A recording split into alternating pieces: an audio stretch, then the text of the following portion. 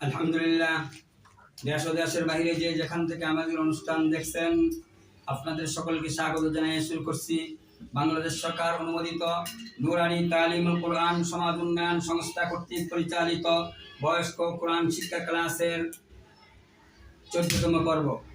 ইনশাআল্লাহ আপনারা আমাদের সঙ্গেই থাকুন এবং আমাদের এই অনুষ্ঠানটি উপভোগ করুন।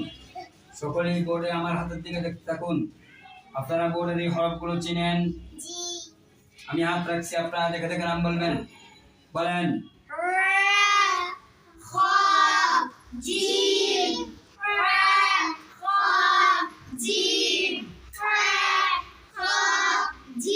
আপনারা সকলেই দেখতে থাকুন আমার হাতটি কোন দিক থেকে কিভাবে কোন দিকে যাচ্ছে। একটি আরবি হরফ। আমরা এখন এই হরফটির নামের শুদ্ধ উচ্চারণ শিখব। এই হরফটির নামের শুদ্ধ উচ্চারণ করতে হলে জিহ্বার আগার নিচের ফিট উপরের তালুর সঙ্গে লেগে মোটা আওয়াজে উচ্চারণ হবে। আমি এখন এই হরফটিকে তার উচ্চারণের স্থান থেকে উচ্চারণ করে শোনাবো। আপনারা শুধু শুনবেন, বুঝবেন, দেখবেন, কেউ বলবেন না। র র র। আপনারাও আপনাদের জিহ্বার আগার উপর পিঠ তালুর সঙ্গে লাগান।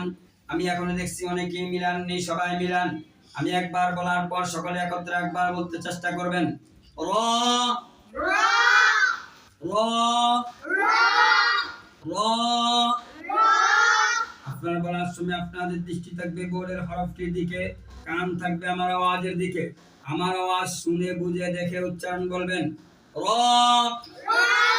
র র।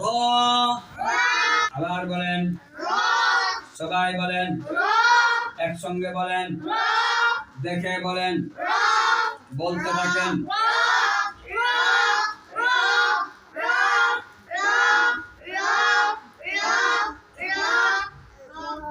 আমি বোর্ড থেকে হাত সরানোর পর যারা বলবেন তারা ফেল। সবাই দেখে বলবেন। বলেন। এখন এই হরফটির উপর একটি নোক্তা দিয়ে দিলাম। এখন এই হরফটির পূর্বের নাম পাল্টে যাবে। এই হরফটির নামে শুদ্ধ উচ্চারণ করতে হলে জিহ্বার আগা সামনের নিচের দুই দাঁতের পেট এবং আগার সঙ্গে লাগিয়ে হরফটি শক্ত আওয়াজে উচ্চারণ হবে।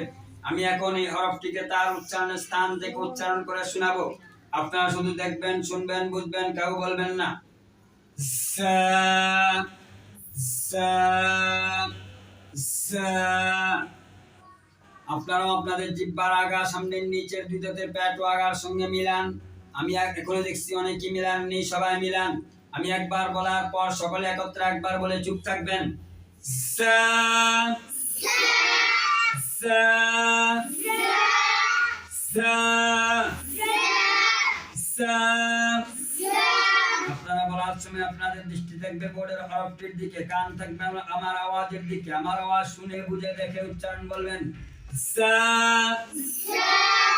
সা সা।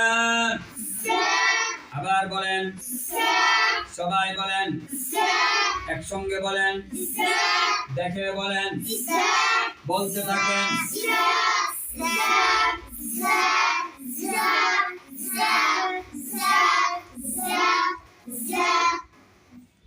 আবার বলেন।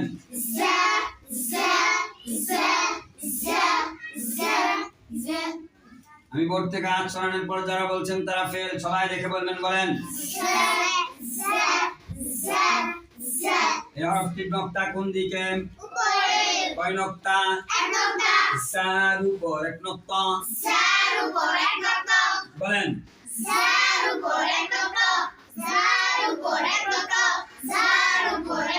তাহলে হরফটির নাম। আবার বলেন। সা। আমি এখন এই হরফটির নক্তা মুছে ফেললাম। এখন কি নাম বলে বলেন তো দেখি। আবার বলেন। আমি এখন উপরের নক্তা দিয়ে দিলাম। এখন কি নাম? আমি উপরের নক্তা মুছলাম। এখন কি নাম? আমি উপরের নক্তা দিলাম। এখন কি নাম? তাহলে হরফগুলোর পার্থক্য কিসের? নক্তা না থাকলে কি নাম? নক্তা থাকলে কি নাম? কোরআন শরীফে হরফটি দুই ভাবে লেখা যায়। নক্তা না থাকলে কি নাম? কখনো কখনো এই র হরফটি কোরআন শরীফে এইভাবেও আসতে পারে, তাহলে এটার নাম কি হবে বলুন তো দেখি? এটার নাম আমি যখন উপরে নক্তা দিব তখন কি নাম হবে? তাহলে এটার নাম ঠিক। আলহামদুলিল্লাহ, দেশ ও দেশের বাইরে যে যেখান থেকে আমাদের অনুষ্ঠান দেখছেন, আপনাদের সকলকে মোবারকবাদ জানাই শেষ করছি। আজকে আমাদের এই কোরআন শিক্ষা ক্লাসের 14তম পর্ব। ইনশাআল্লাহ আগামী ক্লাসে আপনারা আমাদের সঙ্গেই থাকবেন এই আশা রেখে এখানেই শেষ করছি। ওমা তৌফিকি ইল্লা বিল্লাহ। আসসালামু আলাইকুম ওয়া রাহমাতুল্লাহি ওয়া বারাকাতুহু।